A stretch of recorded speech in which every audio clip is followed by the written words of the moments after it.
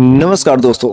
ये बात सच ही कही जाती है कि जब तक कोई चीज हमारे पास में रहता है उसकी वैल्यू नहीं होती है, लेकिन जब वही चीज मेरे पास से चली जाती है ना, तब उसकी वैल्यू समझ आती है। तो आज की इस कहानी के माध्यम से मैं बहुत ही खूबसूरत मैं आपको जानकारी दूंगा। बहुत ही ज्ञानवर्धक कहानी है कि एक बार की बात है कि एक ऋषि महात्मा जो अपने पत्नी के साथ में एक जगह पर रहते थे, और वे ऋषि जो है, वे महात्मा जी बहुत ही सिद्ध पुरुष व्यक्ति थे। वह हमेशा ग्रंथों की रचना करने में, वेदों को पढ़ने में, इन सब चीजों को पढ़ने में, लिखने में ही अपना समय व्यतीत करते थे। और वह एक पल भी इधर उधर फालतू चीजों में नहीं व्यक्त करते थे। लेकिन उस महात्मा का एक इकलौता बेटा था, और महात्मा जी इतने अपने काम में व्यस्त रहते थे, ग्रंथों की रचना करने में, वेदों को पढ़ने में, उपनिषदों को पढ़ने में इतने व्यस्त रहते थे, उन्होंने कभी अपने बेटे पर ध्यान ही नहीं दिया। उनकी पत्नी कहती थी कि आप हमेशा इतने व्यस्त रहते कि कभी आपने इकलौता जो एकमात्र बेटा है उस पर भी तो कभी आपने ध्यान दिया ही नहीं है। अरे कभी उसको भी तो देख लीजिए, कहीं कोई गलत रास्ते पर तो नहीं जा रहा है ना। लेकिन उस ऋषि ने कहा कि मेरे पास इतना समय नहीं है, बल्कि तुम ही उसको देखो, मेरे को तो अपने काम से ही फुर्सत नहीं मिलता। बल्कि वे जो महात्मा थे, कभी कभी वे राज दरबार में जाते थे। कभी अगर कोई जरूरत पड़ता था तो राजा साहब भी, वहां के जो राजा थे, उस महात्मा का बड़ा ही इज्जत मान सम्मान करते थे और जरूरत पड़ने पर बुलाते थे। वो राजा साहब हमेशा उस महात्मा को ऑफर देते थे कि आप मेरा सलाहकार बन जाइए। लेकिन उस महात्मा ने कहा कि नहीं, मैं किसी का सलाहकार और आपका मैं नहीं कर सकता, क्योंकि जब मैं आपका सलाहकार बनूंगा तो मेरे को चापलूसी करनी पड़ेगी, मेरे को कई सारे झूठ बोलने पड़ेंगे जो मेरे से नहीं हो पाएगा। आपको जो जरूरत है उसपे कभी कभी आप बुला सकते हैं, लेकिन मैं हमेशा के लिए सलाहकार नहीं बन सकता। इस वजह से राजा के नजरों में उस ऋषि का भी बड़ा ही मान सम्मान था। लेकिन जो उनका बेटा था, जैसे जैसे बड़ा हुआ, उन्होंने अपने बेटे पर 1% भी ध्यान नहीं दिया, जिसके वजह से वह लड़का एक अक्षर भी पढ़ाई लिखाई नहीं किया, और नहीं तो वह गलत संगत में पड़ गया। अलग अलग प्रकार के दोस्तों में रात रात भर गायब रहने लगा। लेकिन उस महात्मा ने कभी एक बार भी अपने बेटे की खोज नहीं की। माँ से डरता ही नहीं था। माँ के प्यार दुलार ने उस लड़की को इतना अधिक बढ़ा दिया कि वह लड़का बिल्कुल बिगड़ गया। जब उस लड़की की पढ़ाई लिखाई कुछ नहीं हुई, लेकिन वह लड़का तो बड़ा हो गया। और एक बार गजब की बात तब होती है कि वो लड़का अपने संगत में आकर के चोरी कर रहा था, क्योंकि उसे हर चीजें समय समय पर नहीं मिल पा रही थी, जिसकी वजह से वह उन संगत में आकर के चोरी करने चला और उस चोरी में पकड़ा भी गया। जब वह चोरी के ग्रुप में पकड़ा गया तो फिर वह राजा के दरबार में पेश किया गया। और जब राजा के दरबार में पेश किया गया तो राजा को पता चलता है, करे इनमें से तो एक लड़का, वो जो महात्मा है उनका लड़का है, जो दूसरों को इतने बड़े बड़े ज्ञानी पुरुष है, और उनका लड़का चोर। अरे भला अपने बच्चे को नहीं सुधार सके। और इस तरीके से जब ये बात जो है उस ऋषि महात्मा को पता चलती है तो उन्होंने अपना सर पर हाथ रख लिया। अरे मेरी औलाद नहीं, मेरे मुख पर काले पोते थे, ये क्या हो गया? अरे भला मैं कैसे जाऊं, मैं कैसे राजदरबार में जाऊं? अगर मैं अपने बेटे को बचाने की मैं बात करूंगा, ये तो सरासर अन्याय है। लेकिन जो उस महात्मा की पत्नी थी, पत्नी ने कहा अगर आप नहीं गए, आपका राजा जो बड़ा मान सम्मान करते और आपके एक बार कहने पर राजा साहब छोड़ देंगे, आप जाइए। अगर आप नहीं गए तो आप मेरा मरा हुआ मुंह देखेंगे। अब बेचारे वे ऋषि, वे महात्मा जी बड़े ही विचित्र में फंस गए। अब तो उन्हें जाना ही पड़ेगा। बेचारे वे महात्मा राजा साहब के पास में गए और वहां पर कहे कि मेरा बेटा नादान था, मेरा बेटा नहीं समझता था, इसकी वजह से गलत कर्म कर दिया, आप मेरे बेटे को छोड़ दिए। राजा साहब ने कहा कि ठीक है, मैं आपके बेटे को छोड़ दूंगा, लेकिन पूरी इस राज्यसभा में जितने भी लोग बैठे हुए हैं, आप माफी मांगिए कि हाँ मेरे बेटे ने गलती की है, मुझसे गलती हुई है। और फिर सबके सामने झुक करके उस महात्मा ने माफी मांगा, अपने बेटे के आगे झुकना पड़ा। लेकिन जब वहां से उस राज दरबार से घर को लौट रहे थे ना, तो लोग यही कहते थे, अरे इतने बड़े महात्मा पुरुष, उनका बेटा चोर, उनका बेटा चोर। यह बात सुनते सुनते उनके कान में बजने लगे थे, और यह बात उनके मन और मस्तिष्क में बैठ गई कि मेरा बेटे की वजह से मेरा जो इतना बड़ा नाम था, इज्जत मान सम्मान था, सब कुछ खत्म हो गया। और बेचारे वह हमेशा चिंता में रहने लगे, जिसकी वजह से उनका तबीयत, उनका स्वास्थ्य धीरे धीरे डाउन होने लगा, खराब होने लगा। और अब वो उतना समय नहीं दे पाते थे ग्रंथों को रचने में, ग्रंथों को लिखने में। लेकिन इधर इनका स्वास्थ्य भले ही खराब चल रहा था, लेकिन उसने एक आखिरी ग्रंथ की रचना कर रहे थे। और उनका स्वास्थ्य खराब होने की वजह से उन्होंने अपने घर में काफी सारे ग्रंथ रखे थे, काफी सारे ग्रंथों की रचना की थी। तो उस लड़के ने एक दिन क्या किया, घर साफ कर रहा था, और घर की साफ सफाई में जितने भी पुराने किताब थे, ग्रंथ थे, उन सब को जो कबाड़ समझ करके बेच दिया। और जब ऋषि महात्मा ने उन चीजों को खोजा तो अपने लड़के से पूछा, अपने पत्नी से पूछा, जी कहाँ है? तो उस लड़के ने कहा, मैंने घर साफ किया और सारा कूड़ा करकट था, मैंने वो मोटी मोटी पुराने किताबें थे, उसको बेच दिया कबाड़ में। उन्होंने कहा, तूने तो मेरा सारा का सारा जीवन ही बर्बाद कर दिया, सब कुछ खत्म हो गया। लेकिन चल बेटा, कोई बात नहीं। अब ऋषि महात्मा हमेशा वो इसी चिंता में रहते कि मेरा बेटा किसी लायक नहीं हुआ, पढ़ाई लिखाई नहीं किया, मेरा नाम जो डुबा दे रहा, लेकिन अब मैं मर जाऊंगा तो फिर कैसे मेरा बेटा का, मेरी पत्नी का गुजर बसर होगा। और जब ये मरने वाले थे, अंतिम सांस लेने वाले थे ना, तो शाम के समय पर अपने बेटे को बुलाया, और बेटे को बुला करके कहा कि देखो बेटा, ये जो आखिरी ग्रंथ है, यह एक मोटी सी किताब है, तुमने तो पढ़ाई लिखाई की नहीं है, लेकिन यह तुम्हारे बहुत ही काम की चीज है, तुम इसे संभाल करके रखना। पता नहीं मैं अगली सुबह मैं देख पाऊंगा कि नहीं देख पाऊंगा। उन्हें अपना मृत्यु का पता था। और फिर वह ग्रंथ अपने बेटे को दे करके अगली सुबह वह महात्मा इस दुनिया से छोड़ करके चले गए। जब उस महात्मा की मृत्यु हो गई तो वे माँ और बेटे दोनों बड़े ही दुखी हुए, बड़े चिंतित हुए। कुछ दिन तो ठीक ठाक था, लेकिन घर में जब खाने के लाले पड़ने लगे तो उस लड़की की माँ ने सोचा कि राजा साहब के दरबार में चलते हैं, क्योंकि वे मेरे पति का बड़ा ही इज्जत मान सम्मान करते थे, वे जरूर कुछ ना कुछ मेरी मदद करेंगे, सहायता करेंगे। वह माँ जो है राज दरबार में जाती है और राजा साहब से कहती है कि आप मेरे को कुछ आर्थिक मदद दे दीजिए, मेरे घर में खाने के एक दाने नहीं है। राजा साहब ने कहा, अरे तुम्हारे पति जो इतना बड़ा विद्वान थे, महान थे, मैं उनको बार बार कहता रहा सलाहकार बन जाइए, सलाहकार बन जाइए, लेकिन उसने मेरी एक बात ना सुनी। और फिर आज मैं तुम्हारी सहायता कैसे कर सकता? तुमने भी तो नहीं कभी कहा अपने पति को सलाहकार बनने के लिए। अगर वे आज मेरा सलाहकार रहते ना, तो तुम्हें किसी चीज की कोई कमी नहीं रहती। मैं तुम्हें एक फूटी कौड़ी में कुछ किसी प्रकार का कोई सहायता नहीं दे सकता, तुम यहां से चली जाओ। वह दरबार से खाली हाथ लौट करके चली जाती है और बेटे को बताती है। वह बेटा अपनी माँ को दिखाता है कि देखो माँ, पिताजी ने एक ये देखो फालतू की किताब दे करके गई है, इसका भला कीमत क्या हो सकता है, क्या चीजें है।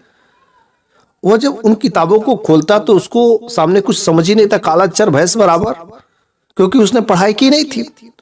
और इसी खान पीन का इरेगुलर होने की वजह से कभी मिलता कभी नहीं मिलता, भिक्षाटन करते, और उसकी माँ की स्थिति धीरे धीरे खराब होती गई। और जब खराब होती गई तो एक दिन ऐसा भी आया कि उसकी माँ भी इस दुनिया को छोड़ करके चली गई। जब माँ भी इस दुनिया को छोड़ के चली गई, बेचारा बिल्कुल निठल्ला हो गया, कुछ भी उसे समझ नहीं आता कि मैं करूं तो करूं क्या। बेचारा, उसको काफी जोर से भूख लगी थी और वह कहीं रास्ते में जा रहा था, तो उसने देखा कि रास्ते में एक बगीचा, और उसके बगीचे में जो पेड़, उस पर काफी फल लगे हुए। वो अपने आप को रोक नहीं सका और बगीचे में घुस करके उन फलों को तोड़ करके खाने लगा। लेकिन तब तक उस बगीचे का मालिक ने देख लिया। मालिक ने देखा तो वह बगीचा किसी दूसरे का नहीं बल्कि उस राजा साहब का ही था। फिर से उसको पकड़ करके राजदरबार में ले जाया गया और राजा ने कहा, अरे तुम फिर से चोरी कर रही है, तुमने फिर से गलत काम किया। अरे तुम एक उस महात्मा के बेटे हो जिसकी वजह से मैं तुम्हें छोड़ रहा हूं, लेकिन खबरदार, तुम अगर आज के बाद मेरे राज्य के अंदर भी दिखे, इतने में ही भलाई कि तुम मेरे राज्य को छोड़ करके किसी दूसरे राज्य में चले जाओ। और फिर उन सैनिकों ने उसे ले जाकर के दूसरे राज्य में किनारे पर छोड़ दिया। अब बेचारा वह करे तो करे क्या, कोई उसका नहीं था, उसकी अब मां भी नहीं थी, पिता भी नहीं थे, थी तो बस उसके पास वो मोटी सी पुस्तक। वो समझ नहीं रहा था कि आखिर मैं इतना मोटा सा बुक मैं क्यों लेकर के ढो रहा हूं। और वह सोचता है कि चलो ठीक है। एक पेड़ के नीचे वह बैठा हुआ था, जंगल में पहुंचता है और वो पेड़ के नीचे बैठता है और सोचता है कि इन किताबों को पढ़ेंगे, शायद कहीं कुछ ऐसा अचूक चीज लिखा होगा, लेकिन मैं तो पढ़ा लिखा नहीं, लेकिन शायद मुझे पढ़ने लिखना आ जाए। और वह उसको पन्ना जो है इधर उधर पेज पलट रहे थे, तब तक जो उसमें से एक पेज उड़ जाता है, उसमें से हवाएं चल रही थी और उड़ जाता है, और उड़ता है तो उसको वो पकड़ने की कोशिश करता है, लेकिन वो उसको पकड़ने में असफल हो जाता है और वो दूर उड़ जाता है। उसी जंगल के रास्ते एक राजा का बेटा जो शिकार खेलने के लिए निकल रहा था, लेकिन वह पन्ना उड़ते उड़ते राजा के चेहरे पर जाकर पड़ा। तो उसने देखा इसमें कुछ लिखा हुआ संस्कृत मंत्र वंत्र है लग रहा है। वो उसको समझ नहीं सका, इसलिए उस पन्ने को फोल्ड करके अपने पॉकेट में रख लिया। तब तक उसके सामने जो है, उनके सामने एक जो है हिरन दिखा, और वह हिरन का शिकार करने के लिए उसके पीछे दौड़ पड़े। लेकिन दौड़ते दौड़ते दौड़ते वह हिरन जाकर के एक किला में छुप जाता है, और वो उस किला में हिरन को ढूंढते ढूंढते राजा का बेटा जो थे वह अंदर चले गए। लेकिन वहां पर बनवासी थे, और वहां पर एक माता का मंदिर था, और वहां पर एक पुजारी भी थे जो वहां पर बलि चढ़ाने के लिए किसी का इंतजार कर रहे थे, किसी को कह रहे थे। लेकिन तब तक वह वहां पर पहुंचते तुरंत बनवासी सब पकड़ लेते हैं, और जैसे बनवासी पकड़ लेते कहते कि इसका बलि देही, बलि देही, बलि देही। इस राजा के बेटे को बांध दिया जाता है, और जब बांध दिया जाता है तो बलि देने की बात जब ये राजा का बेटा सुनता, तरी मेरे को बलि दे दी जाएगी, तो उसने कहा, अरे आप लोग एक उच्च कुल के व्यक्ति को बलि देना चाहिए, मैं तो निम्न कुल का हूं, मैं क्षुद्र जाति का हूं, मेरा बलि देना ये माता स्वीकार नहीं करेंगे। पुजारी ने कहा, नहीं, माता को ये सब चीजें नहीं चाहिए, बस उन्हें तो बलि चाहिए। तो फिर उसने सोचा, करे मैं तो झूठ बोला, झूठ बोलने से भी नहीं बचा, अब मैं कैसे बचूं। उसने कहा, ठीक है, आप लोग मेरा बलि दे दीजिएगा, लेकिन मेरी एक अंतिम आखिरी इच्छा है, बस उसे पूरा कर दीजिए कि मेरी पॉकेट में एक पर्ची है, उस पर्ची पर कुछ लिखे हैं, उसका मतलब मेरे को बता दीजिए। पर्ची निकाला गया, उस पर्ची का जब जो पुजारी को दिया गया तो वो पुजारी काफी बुद्धिमान था, और उस पर्ची को जब पढ़ा तो उसमें 2 श्लोक लिखे हुए थे। पहला श्लोक का मतलब उसने बताया कि झूठ बहुत बड़ा पापी होता है, और एक झूठ से बचने के लिए झूठ पर झूठ जो है बोलने पड़ते हैं। और उसमें जो दूसरा श्लोक लिखा था उसका मतलब उसने बताया कि अगर हम किसी का बिना मतलब में रगों को दुखाते हैं, किसी का जान लेते हैं बिना मतलब का, तो उसका हर्जाना उसको भी भुगतना पड़ता था, जैसी करनी वैसी भरनी। बस जैसे ही यह बात सुना तो वह राजा का बेटा चीख चीख करके रोने लगा, और जब रोने लगा तो फिर उन लोगों ने पूछा, अरे भाई क्या हुआ, तुम रो क्यों रहे हो। उसने कहा, मेरे पिताजी बार बार कहते रहे शिकार मत करो, शिकार मत करो, और मैं हमेशा दूसरों का प्राण लेने की सोचा, दूसरों को मारने की सोचा, और मेरे ही आज गले में फंदा पड़ गया। लेकिन यह श्लोक जो है उन आदिवासी को भी दिमाग की बुद्धि को खोल दिया था, और उन्होंने भी उस राजा के बेटे को छोड़ दिया। और जब छोड़ दिया तो उस पन्ने को लेकर के वो अपने पिताजी के पास में आता है और अपने पिताजी के चरणों में गिर जाता है। कहता है कि पिताजी, आपने बार बार मना किया था कि शिकार मत खेलो, शिकार मत खेलो, दूसरों को हानि मत पहुंचाओ, जानवरों को मत मारो, लेकिन मैं नहीं माना और आपके छुपके से मैं शिकार खेलने चला गया था। पिताजी, लेकिन इसमें जो श्लोक लिखे ना, इन श्लोकों के वजह से आज मेरे को परम ज्ञान की प्राप्ति हुई है, और यह किताब, इस पर पेज नंबर 3 लिखे हुए है। ये किसी किताब का जो पेज है, और मेरे को यह किताब चाहिए, और जो भी यह किताब देगा पिताजी, उसको ढेर सारा इनाम दिया जाएगा। इसने मेरे जीवन को बदल दिया है। अब वो राजा के बेटे उस किताब के पेज को लेकर के इधर उधर सभी लोगों से पता करवाते, लेकिन कहीं किसी को नहीं मिलता। और यह लड़का इधर बन बन भटक रहा था, भूख के मारे कभी पत्तों को खाता तो कभी इधर उधर से कुछ चबा करके जीवन व्यतीत कर रहा था। और धीरे धीरे वो उसी राजा के राज्य में पहुंच जाता है। जब राज्य में पहुंच जाता है तो उसी राज दरबार में एक जगह पर जो भोजन बन रहा था, और बेचारे को काफी जोर से भूख लगी थी।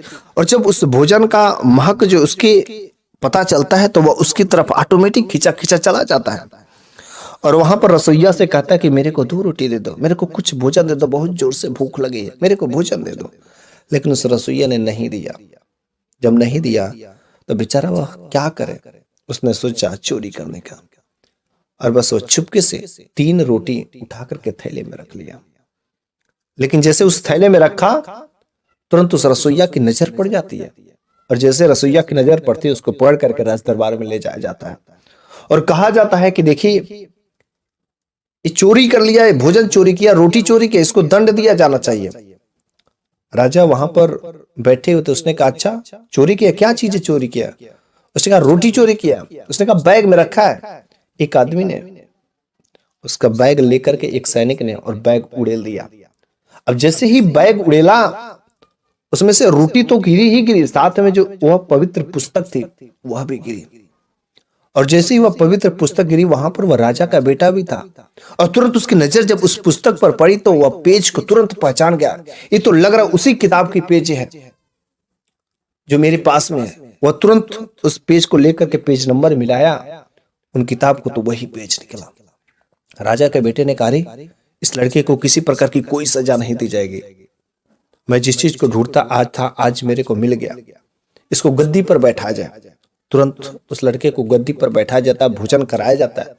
और फिर उस राजा के बेटे ने कहा कि देखो, तुम्हारे पास जो ये किताब है ना, इस किताब की मैं 50,000 स्वर्ण मुद्राएं देने के लिए तैयार हूं, बस तुम मेरे को ये किताब दे दो। उसने कहा 50,000? उसने कहा हाँ, अगर और चाहिए तो बोलो। उसने कहा 50,000 स्वर्ण मुद्राएं? मेरे को पता नहीं था कि मेरे पिताजी मेरे लिए कितना अनमोल रतन ये रख करके गए थे, और आज मेरे को पता चल गया कि मेरे पिताजी ने जो काम किया था। उन्होंने कुछ ऐसे बहुत ही श्लोक लिखे थे कि प्रथम जो चीज होता है शिक्षा, और उसने शिक्षा ग्रहण नहीं किया, ऐसे कई सारे गलत काम किए थे। कई सारे श्लोकों का मतलब उसे समझ आया, और फिर राजा साहब से जो उसे स्वर्ण मुद्राएं मिली, उसको लेकर के वह गया और एक गुरुकुल की स्थापना किया। और उस गुरुकुल में जितने भी बच्चे थे सबको वह पढ़वाने का व्यवस्था किया, साथ ही साथ वह भी पढ़ने का इंतजाम किया। और इस तरीके से वह लोगों का सहायता और अच्छा कर्म करने लगा। और फिर जो उसका भी नाम हो गया, और उसकी जीवन लीला ऐसे ही धीरे धीरे चलने लगे। तो मेरे प्यारे सभी दर्शकों, आज की यह कहानी आपको कैसी लगी है कमेंट बॉक्स में जरूर बताइएगा। अगले वीडियो में मैं फिर से कुछ ऐसी ही नई कहानियां लेकर के अवश्य आऊंगा। तब तक के लिए धन्यवाद।